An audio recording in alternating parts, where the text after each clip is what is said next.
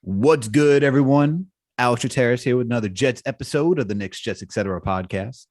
And with me is always my co-host, my pal, the man with the plan, the one and only, the man who's doing very well today. Him and his co-host, Greg Albert, on Winning Picks Weekly. If you haven't checked that out, they're killing it today. My goodness gracious. So John, how are you doing, first of all? But how are you guys doing, man? Let's hear it. Let's hear how you guys are doing today. I mean, life is good, man. The board is. I've been screaming it since we were talking, me and Greg, for the Winning Picks Weekly episode. The board is so clear after Africa, man. I don't know. Like, I'm looking at these lines. I'm like, each game is so easy.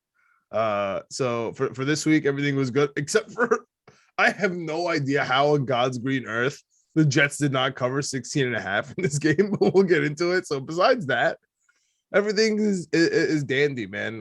I'm happy with the Jets. The defense has played absolutely phenomenal. Zach Wilson had a good first half, even though he's playing with nobody anywhere, line, playmakers.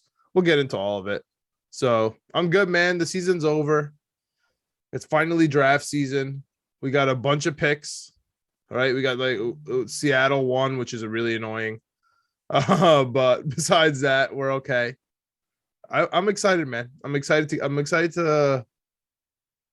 get into it. We've had so many meaningless games in a row. You know what I mean? Yeah. So I'm just finally happy that it's over. Yeah. I feel you.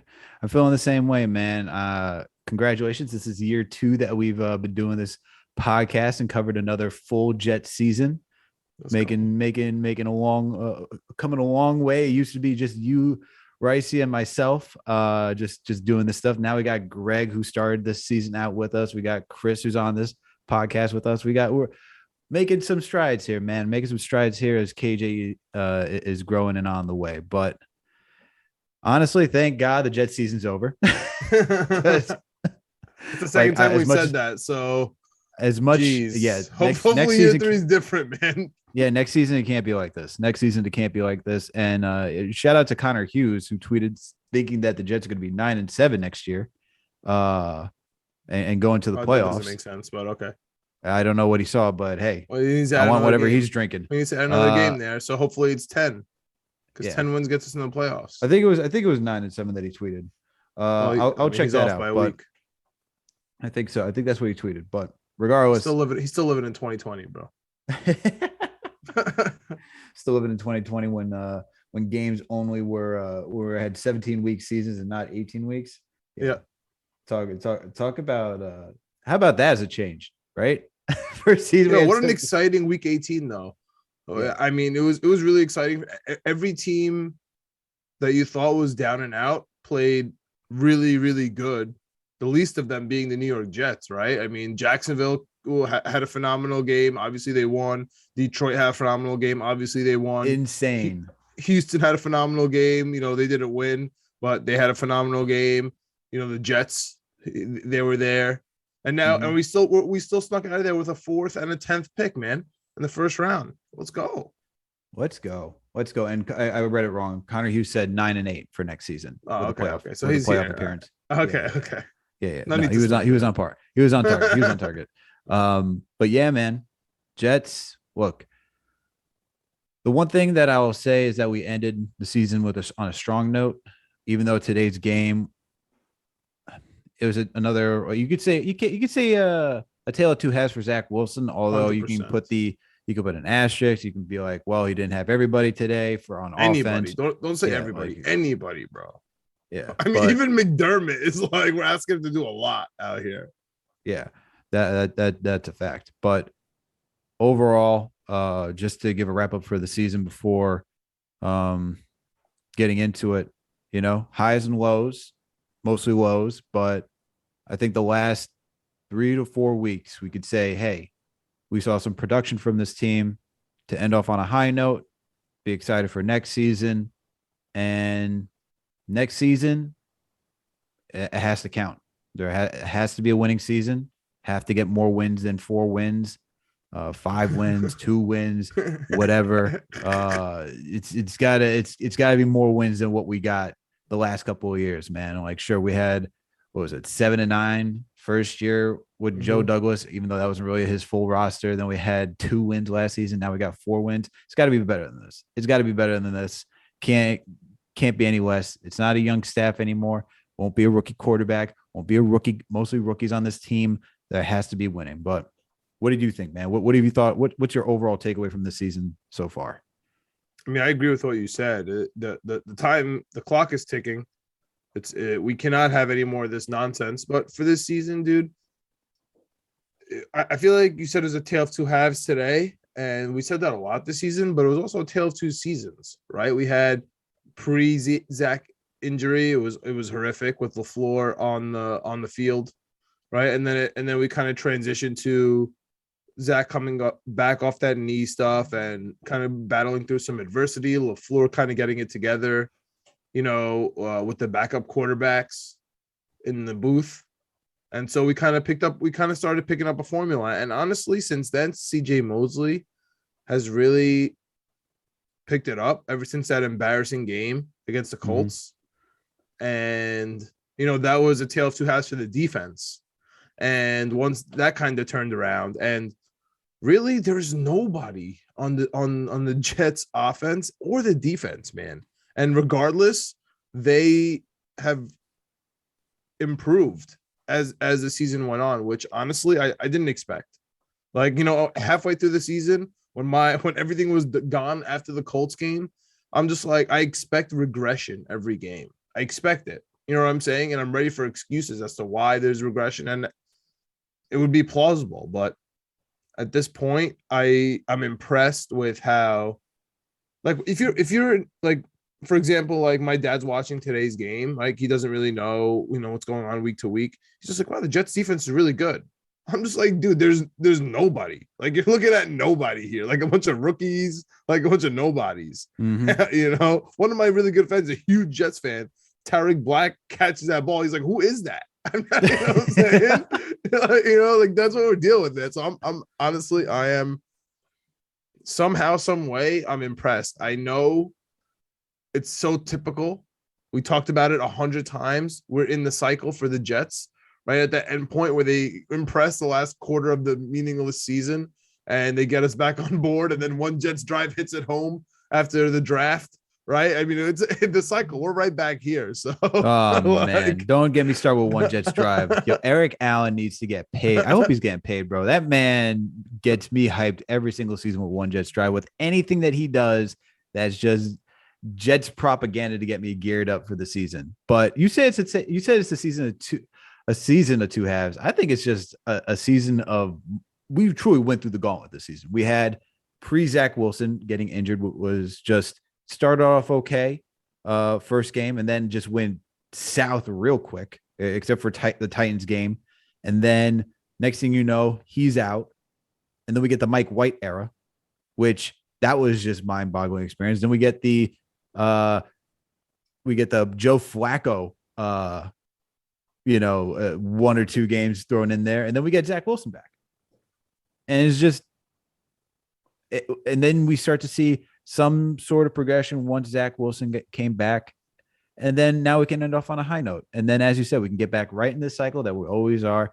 We're at right here. Before we get to the top of just like the the high expectation for the next season. But I agree, man. It's been a topsy-turvy season. Just wild, man. Just absolutely wild. But on that note, let's before we get into the breaking down the game, you know what time it is, everyone. You know what time it is. It's time to pay the bills around here. Got to promote this podcast. You know the drill, guys. We are partnered with Fansided, and we're so happy to partner with Fansided. And Fansided is owned by Minute Media. And who else does Minute Media own? The Players Tribune, started by our guy. Yeah, that's right. John and my guy, Derek Jeter, okay, to give the storytelling from athletes from their perspective, right? Well, guys, if you go over to the Players Tribune, they got a podcast called Blindsided. It's the first ever mental health podcast hosted by former NHL goalie Corey Hirsch and psychiatrist Dr. Diane McIntosh. And the show will share the moments for a variety of athletes when everything changed for them and mental health. And mental health became the most important focus of their lives. It allows listeners to have an understanding of the different types of mental health challenges people face, whether that's panic attacks, PTSD, addiction, sudden life changes, insecurity, and much more. They've already brought on guests such as Kevin Love, Paul Bisonet, and Kurt Warner. So, guys, make sure to go over to the Players Tribune and check out Blindsided. You can find it on all streaming platforms, whether it's Apple Podcasts, Spotify, Google Play. They're all over the place. All right. Now it's not now that we're back. Let's get into breaking down this game, John. I know that's what we're here for, and that's what we love. So let's end it on offense, and let's start off with the special teams first. So how'd you feel about the special teams? Brandon Man out there getting some good punts in there today.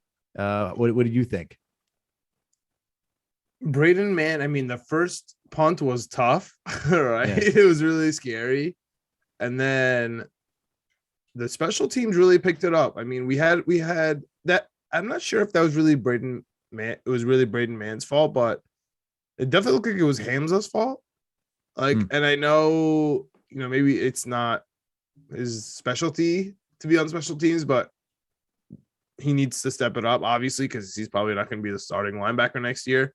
So he has to, look for spots on special teams, and that was tough. But for Braden Mann, he did really good, switching up that field for us, man. Even when we were in the end zone and we punted that, we got it to the 50, like that was impressive with a run back.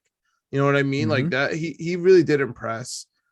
I still think there's going to be some competition for him, honestly. Mm-hmm. In terms of a rookie, I don't think we'll waste a draft pick on a punter, even though, I mean, there's that punter who is literally breaking records. So I naturally love him. Right. So if we get him, that's a different story. But other than that, there'll probably be some competition for him. He had some tough games this year. He got injured. We had no backups. Morstead was good off, who we signed for.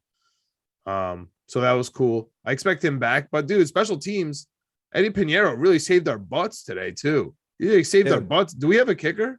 Because we're probably going to bring in some competition for that. But do we have a kicker? Because he's been 8 for 8 since he joined the Jets. I mean, what more can you ask for? He's been looking good, man. And that's who's my next guy I want to talk about. Eddie Pinheiro. He's definitely got to be brought back this offseason. Whether or not you give him a contract or not, you have him in here to compete with another kicker. You definitely got to bring him back and see what you got there, because from what we had this entire season, especially with Matt Amendola, this has been a good turning point to end the season because no need for that. Yeah. No need for his name here. Yeah. But anyway, well, we have to remember, man. We have to go through the trauma. We got to remember. We got to remember. Man. But Eddie Pinheiro comes through, goes 8 for 8 since he's joined the Jets, and that's all I could say, man, is that you got to bring him back and see what you have in him, because he legit changed the way the Jets were able to play football once he joined the team. You were able to get complimentary for. No, I know it's so sad. You're finally able to get complimentary football, especially from your special teams. He kicks a 51-yarder against Tampa Bay. He hits the field goal today, and he makes a close game when it's 13-10. So, this is the type of stuff that you need from a kicker, which is just like, it's so tough, man. Because it's so tough because after Myers, like, we've been just down and bad with kickers. And now I'm not saying we found him, but we found the kicker. But you just see how important it is when you have someone who can actually make field goals and keep you in games, and it just keeps the game close. It keeps it within striking distance. You don't have to worry. And especially when you have a rookie quarterback, and a rookie offense and everything around, so that way you don't have to put so much pressure on them, right? That's all what we needed. And we got that towards the end of the season, and we could actually see what an offense looks like when things are clicking. So definitely bring him back. I liked what I saw from Eddie Pinheiro. I'm not getting too hyped about him, but definitely bring him back. So anything else you got to add on there? Special teams, like I expect them to be a little bit better, though, and more consistent next year. So they're not off the hook. Yeah, they're not off the hook, and I think you see the missing of Braxton Berrios out there today as well, because my boy. Yeah, and you saw that we got the graphic for the 3 most consistent wide receivers who are out missing: Elijah Moore, Braxton Berrios, Corey Davis. They had them up there. I know, but is Corey Davis really that consistent? Whatever. He's just important. He's important, man. He's important. He's important. He's He important. doesn't I know. impress me at all. I know. This season wasn't impressive from Corey Davis, but he's important. I'm not gonna write him off that yet. It's a bad season, but I'm not gonna write him off that yet. Let's move on to the defense, man. Defense showed up today, held this team. They've been, You hate dude. this, huh? They've been low They key have been. showing up. They've been showing up. For part of the season, they didn't show up, No, but I'm they saying showed up. recently. Yeah, recently they've been showing up. Yeah, and I like that hey man, they kept it a close game through 3 quarters. You know, when Bill your stink. offense doesn't do anything, Bill stink. Bill stink. Yeah, I'm not impressed by the Bills. That's They another story. stink. I'm not impressed, man. Really not impressed. This game was a lot closer than it was. You know, unfortunately, our offense wasn't able to move the ball the second half, mostly in the fourth quarter. But that's what happens. Who are you going to throw defense. to? I mean, Jameson Crowder was out. Yeah, but it was all I'm literally saying is for your Keelan Cole, defense. Tariq Black, dude. Come on. But this is all I'm saying is that when you have no offense and your defense out there for so long, especially in the second half, what do you expect to happen? They're able points. So they did a really good job today. I like the way CJ Mosley was playing. I thought the front seven was just in general really good when it came to stopping the run. Obviously, you saw there was issues when it came to spying on Josh Allen, but that's expected because mobile quarterbacks, running backs that do, coming out of the backfield, pass catching wise, and tight ends is difficult for us. But I thought when it came to running the ball, we did a pretty decent job. What did you think? We had a good enough game plan for what we have. You know what I mean? Mm-hmm. Like Keelan Cole, Tariq Black, Jeff Smith, like those are literally our pass catchers here, and our tight end Tyler Kroft. So whatever, I mean, I'm just annoyed at the blunders, right? Like we had that, we're in our own end zone and we're hitting it off a helmet, trying to get it to Michael Carter. How many times that happened this season, bro? Like I can't, you know what I'm saying? I can't have this next year. We have Zach Wilson impressed me, right? I'll say something negative, something positive. He impressed me how he was commanding the line. He was moving. He was reading the defense. He was moving around our players. He obviously is starting to get command of the offense and is finally snapping it before delay of game. That's great. On the other side, when after he snaps it, he's got to get better at number one, not taking a sack and throwing the ball away. Like, what are you doing, bro? Like when he was out on the left and he was just wasting time, and then he just stepped out of bounds. That's a sack. Like, you know what I'm saying? Like, we'll just throw it away. You're already out of the pocket by a mile and a half. Just throw it away, dude. Yep. Like, like that IQ kind of bothered me. One time he was going, from the TV view, he panned out to the right, and he also just didn't throw it away. Like, what are you doing? Just like his game IQ. Like sometimes I feel like he's trying to slow it down too much, or I don't know what he's doing. But he's just got to be a little bit better at those decisions, because number one, he's going to get hurt if he slows down too much and someone just comes barreling in and smashes him. You know what I mean? And number two, it's a detriment to the team. Like Eddie Pinheiro literally bailed him out on that 49-yarder. Yeah. You know what I'm saying? He made a terrible decision on that sack. So yeah. I'm impressed with how he's commanding the line. He has nobody on his squad. Okay. And he did great. He has no one on his offensive line. He has no receivers, nothing. He should have had 0 points today. Okay. And he should have had no yards. 87 yards, fine. No problem. The fumble, not great. You know what I'm trying to say? Like, there's some things that he's got to pick up. So he didn't have an amazing game. Did nothing in the second half. That is the Bills. But, I mean, think about it. If Berrios is there, Corey Davis is there, Elijah Moore is there, we draft another receiver, we get a tight end, maybe another running back up in there, obviously, because Michael Carter is not good on third downs. Like, he can't block in there. Maybe, it's going to be different. Our actual left tackle, our offensive line there. So I'm glad that he's able to muster something up. Like, Up until the fourth quarter, I thought the Jets were going to win this game straight up. You know what I mean? And we have nobody. We have nothing. So that's pretty good. What did you think about Saleh? Because it looks like his demeanor has changed a little bit. I like that the little tidbit that they said that he said that he's treating this as a Super Bowl. So I was like, let's go. Like we're finally on the same page here, right? We finally linked up. So I like that about him. But what did you think about his demeanor? Like, what do you think about how the team is playing? You know what I mean? Like how they look. Because 5-6 games ago, I thought it was going to be embarrassing. You know what I'm saying? Coming towards the end here. But like the last 4 or 5 weeks, we had no business being in these games, and we even beat the Jaguars. You know, like what do you think? What do you think about this squad and how Saleh has been? I don't know. Like, how do you think his outlook is going into the offseason now? Before I get into that, I mean, let me touch on Zach Wilson for a little bit because I agree with you on I agree with the decision making is like a little was sporadic today, you know, especially when you go out of bounds instead of like just throwing it away. I think it's tough, man, for him when you're just out a lot of players and you're trying to stand and you're trying to like be in a game and you're in crunch time and you're trying to win it. So I won't. This is not coddling him. This is not making excuses for him. So I'm just saying, think of it from his perspective, right? But the reality is that he does have to step up, as you said. You can't just make these blunders. But once again, it's like rookie stuff mistake. I'm not expecting him in here to become a seasoned vet and just make these type of, you know, be on top of it 100% with when it comes to these decision making skills.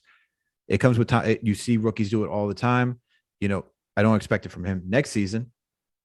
You know, there's a higher expectation what happens in the next year, but I can let that type of shit pass for throughout a rookie campaign because he's still trying to adjust. He's still trying to get to it.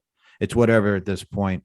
But to answer what you're saying on Robert Saleh, like how I feel, I like that I got to see some passion from him, like the late in the season, man, because as the guy that we were looking for coming over from the 49ers, right? The guy that had someone that had to hold him back over in the 49ers. And it was a little too mild mannered, in my opinion, at the beginning of the season.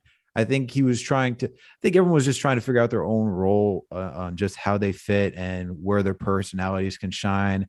And I love that he embraced Zach and hugged him instead of just going for the high five after that touchdown pass. That, you know, you can look at that as like a good thing from Zach Wilson too, that he zipped that thing to Keelan Cole. Keelan Cole broke that to the house for a touchdown, brought us right back in this game.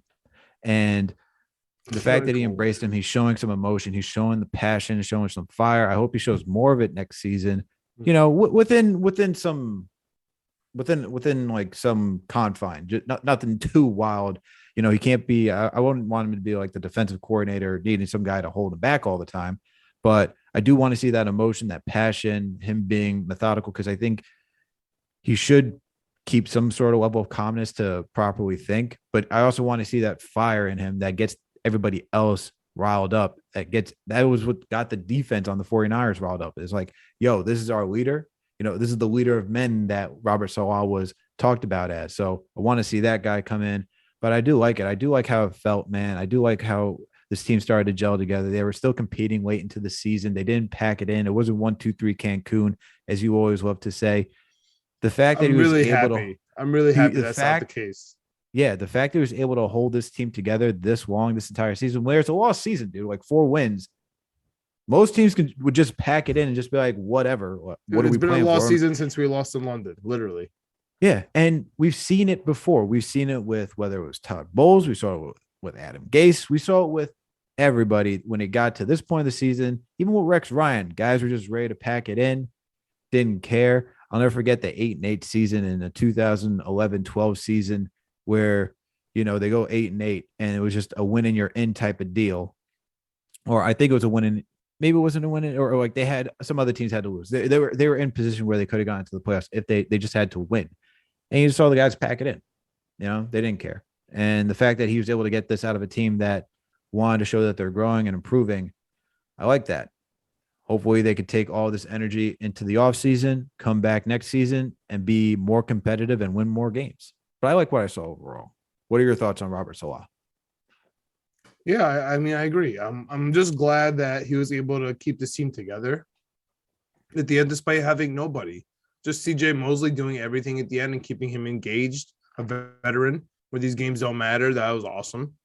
Braden Mann coming back, and with the 3 punts in the 20. Like we mentioned, Eddie Pinheiro finally getting a kicker to come in here, a veteran to come in here to revitalize his own career and keep the Jets alive. Like you said, we were able to at least play football today because we had a kicker, which was like 3-4 games this year. We literally could not play football because we didn't have a kicker. I mean, I'm not so impressed. Like we're 1-7 on the road. We 0 wins against our division. Like that's not a great season. You know what I mean? It's not amazing. So I'm glad with the strides, right? The one thing I don't love about Saleh is he wasn't able to. I mean, Sherwood was our guy, right? He was the guy calling our defense, but then he was out for the season with the Achilles, so that sucked. I'm just so disappointed in Hamza. I think is really what it's coming down to. They cut Shaq Lawson, so like we traded not for nothing to get Shaq Lawson. He came in here and he was pretty productive on some plays.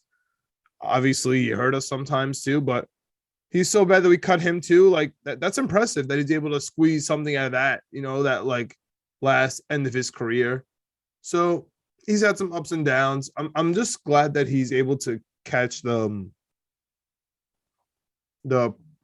attention of veterans. I think that's huge. Like Rankins, Mosley, that stuff is huge for me, right? Because like the rookies and stuff, like they have to play hard. They don't know any better. You know what I'm trying to say?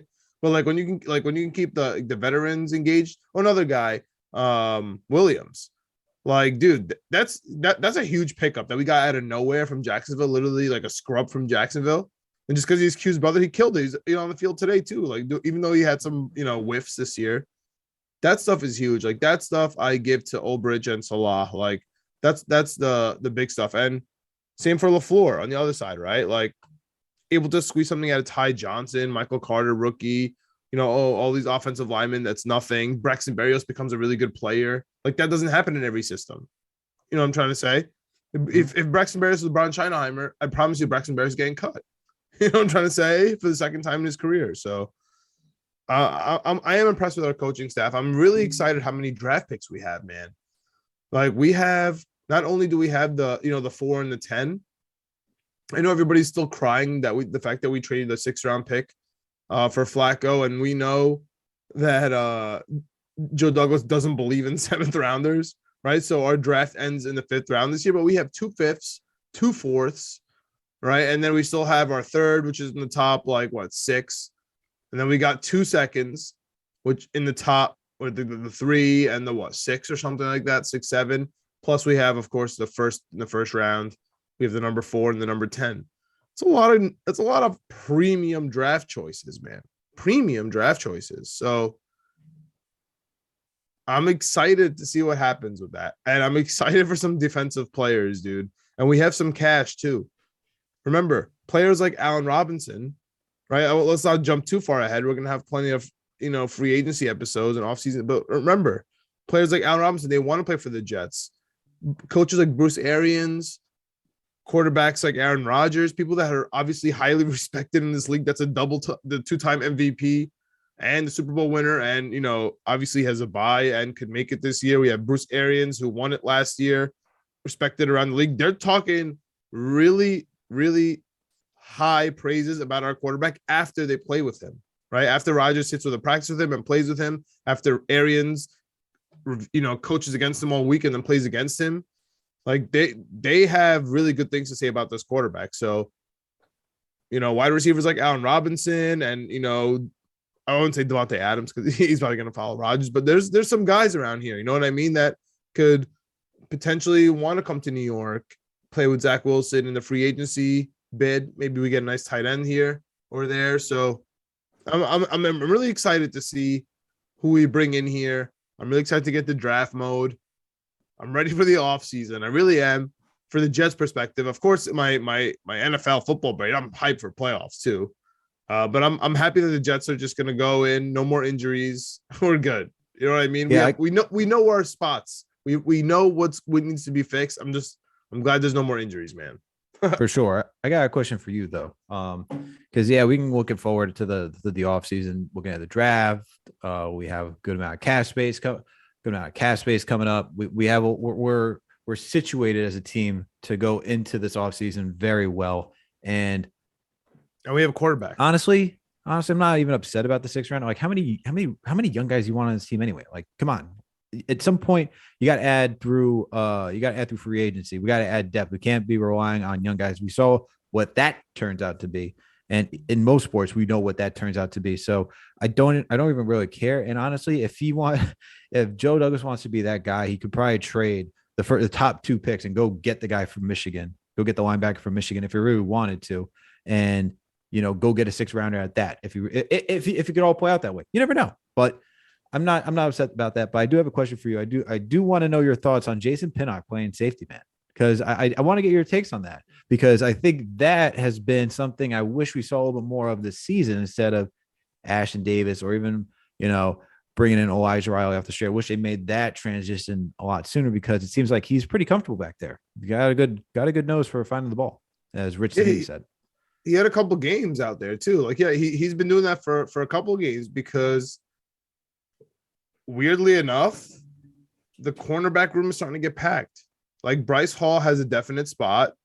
Eccles has been killing it. Carter has been really good. Goodry's there. Who am I missing? I feel like I'm missing somebody right now, top of my head.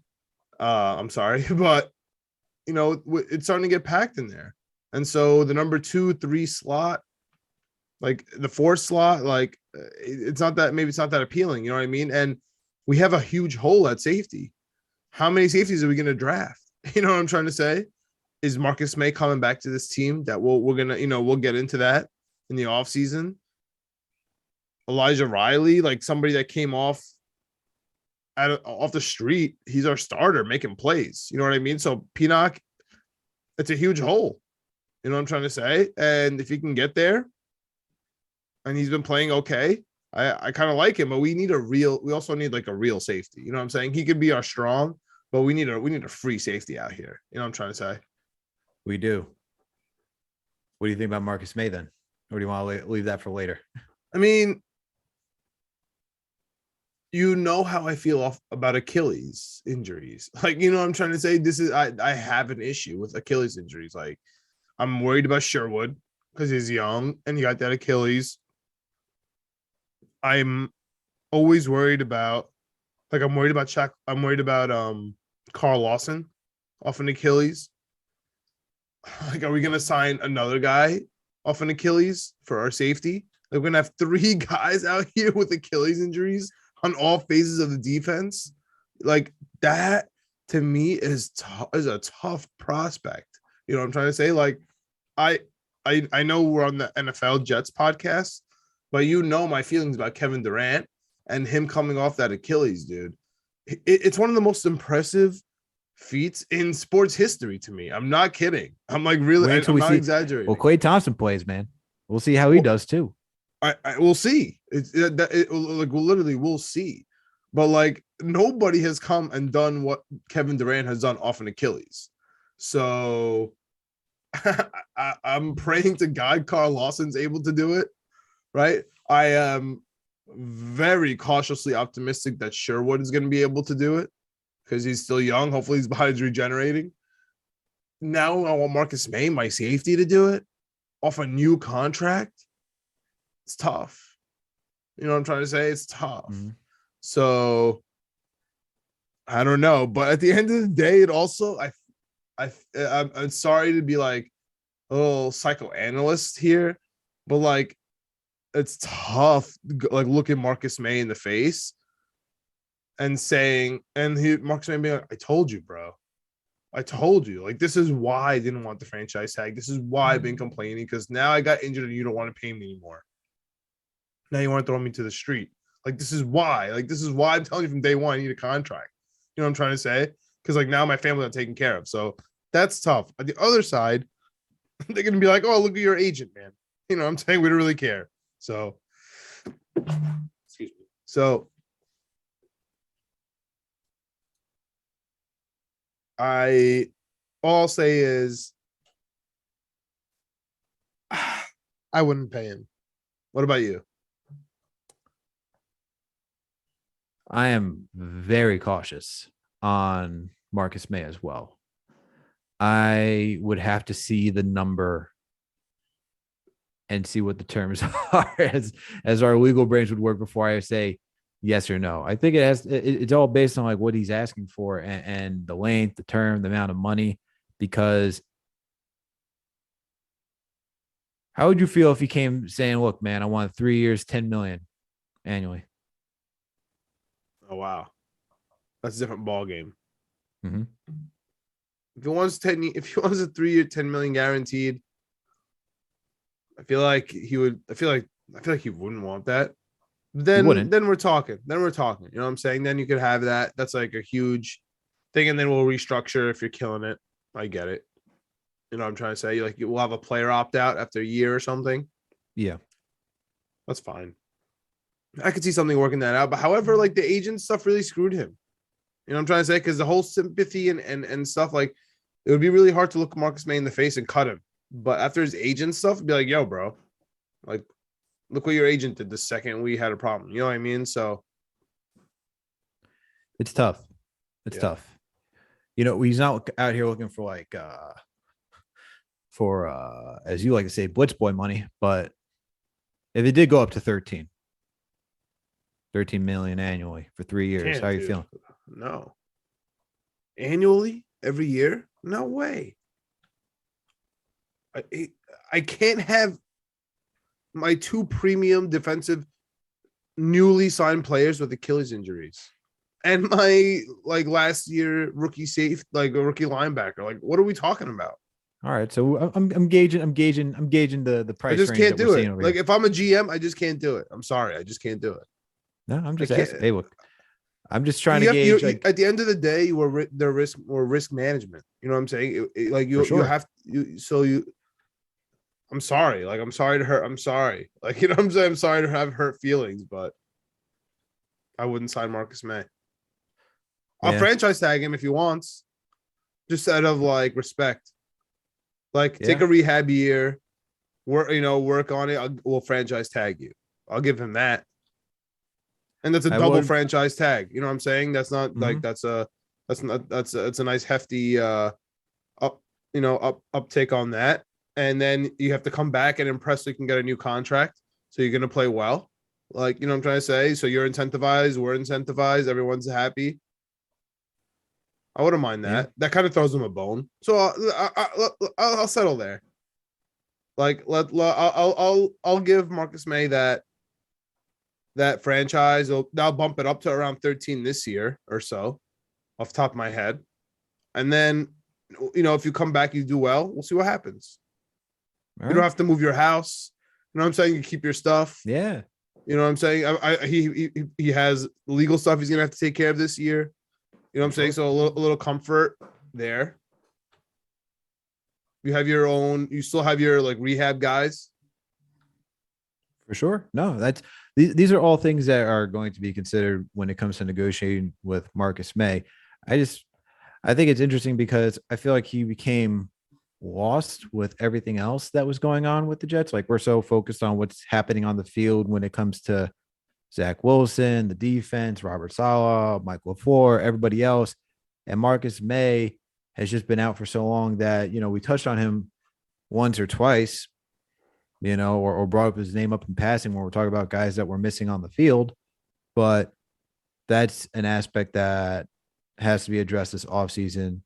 I think the franchise tag would be if Joe Douglas franchise tagged Marcus May to give him a rehab year. I think that puts the Jets in a positive light, not a massive positive light, but a positive light, saying they took care of a guy who's injured after everything that's unfolded. He's going through some legal issues right now. They give him the chance to rehab.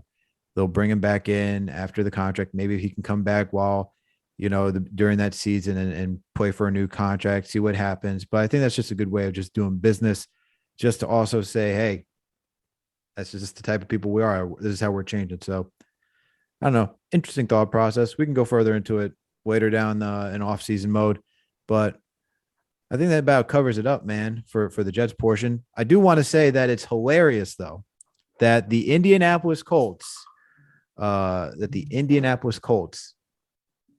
are just out. They're out. Listen, man. Listen to me here. If you were a fan of Winning Picks Weekly, you wouldn't be shocked right now. It wouldn't be funny, and you wouldn't be shocked. Greg was all over it from the very beginning. They have not won in Jacksonville since 2014. They have not covered in the last 4 games versus Jacksonville straight up. Like, this was not surprising at all. I was tweeting at it before the game started. This 14.5 makes absolutely no sense. So, you know what, Alex? Like, I know it seems crazy and it seems nuts, but it's on record. I mean, Winning Picks Weekly, we were not saying shocked. that. I'm saying like that's hey, that's a division. You guys called that's it. that one thing. The one thing that I love about Roger Goodell that he did, man, making that Week 18 always the division games.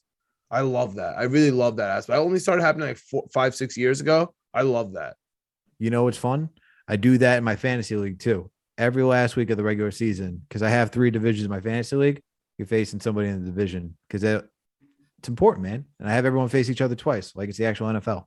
And it's fun that way. And with the added year, it saves me time from having to figure out who someone doesn't play. So everyone gets to play each other. So thank you. Thank you, NFL, for saving that part of Commissioner Alex. Yes, Commissioner Alex on duty. But no, I just find it funny, man. I find it funny that because you guys pinpointed haven't won since 2014 down in Jacksonville. Nice. That's crazy. It's a crazy nice stat. No, it's not. It's not a nice stat. And to think that Andrew Luck was down there and couldn't beat the Jags, couldn't. Good old Andrew Luck. Huh? Good old Andrew Luck. Yeah. He's probably look at some architecture right now as we talk. Probably out in the middle of nowhere, looking at some Roman columns and like, wow, look at the curvature on those things. Those things are amazing. Awesome stuff here, guys. Awesome stuff here. Hey, man, interesting season. I think the game that we're all tuning in for, though, the Chargers and the Raiders. Seeing what happens with that one. That's going to be an interesting game. I have money all over that game, so let's go. Betting is legal in New York. We killed bet it this responsibly. weekend. We bet responsibly. We have everything riding right now on the Raiders and our parlays and our season stuff and our weekly leagues. So let's go. Let's go Raiders. Let's just go right now. Oh man, he's saying let's go Raiders. That's who you want to win. You want the Raiders to win? Raiders. Yeah, shout out to John Madden too. They deserve it. They deserve it after rest in peace to John Madden, year, bro. They had such a crazy year. Absolutely. Rest in peace to John Madden. Talk about a game that I haven't picked up a Madden game in a long time because I think it's just gone down the tube. But man, back in the college days, we gave some out to some lucky fans this year. I got my own. The game stinks, but you still got to do it. And John Madden better be on the cover next year. Yo, they have to. Have to. There's no way. I don't know if he's going to be coming out of a playbook, but I hope he is coming out of a playbook again. It's like the original Madden. Yeah, got to make it iconic, man. Got to make it iconic. HD though, it'll be HD, not this cartoony. I literally still have Madden 95 for my Sega Genesis. I literally still have it. Ooh, Sega Genesis. That was when I first learned about football. I'll never forget because I used to cry and complain to my brother. I'd be like, I don't understand. They keep saying touchdown, touchdown, touchdown, but the score's only like 7-0 or like 14-0. Like I know it's 6 and 7 or whatever. But like I don't understand. They keep saying it, and then he was like, "No, that's first down." I was like, "What does that mean?" I know what a first down is, and then I got to learn what a first down is. So that's why I learned football off Madden 95, literally. I learned football off of Madden. What was it? I think it was the Vic. I think it was the Vic one that I had. Yeah, it was 04. That's how I learned how to play Madden. No. Dante Culpepper. I had Dante Culpepper. Yeah, had Dante Culpepper, and it was funny because when I was playing football back when I was getting ready to play football in high school, getting ready to go into summer training camp, I bought the game like before and just started learning all the rules that way. Started playing it, and we were the White Plains Tigers, so I chose the Bengals. And you know who was the running back for that team then? One Corey Dillon. Yo, shout out to Corey Dillon. Corey Dillon was a beast. Was Shout an out to AJ absolute Dillon. beast. AJ Dillon's also a beast. I've been yelling at him since he was in BC. He's a beast too. Seriously. It's a fact. It's a fact. So yeah, dude, the Jets, the regular season's over. Regular season's over. Another So's year this under the books. This episode's over. Season's over. Another year under the books. Gone through Alex, I have a problem though. I have a gripe. What?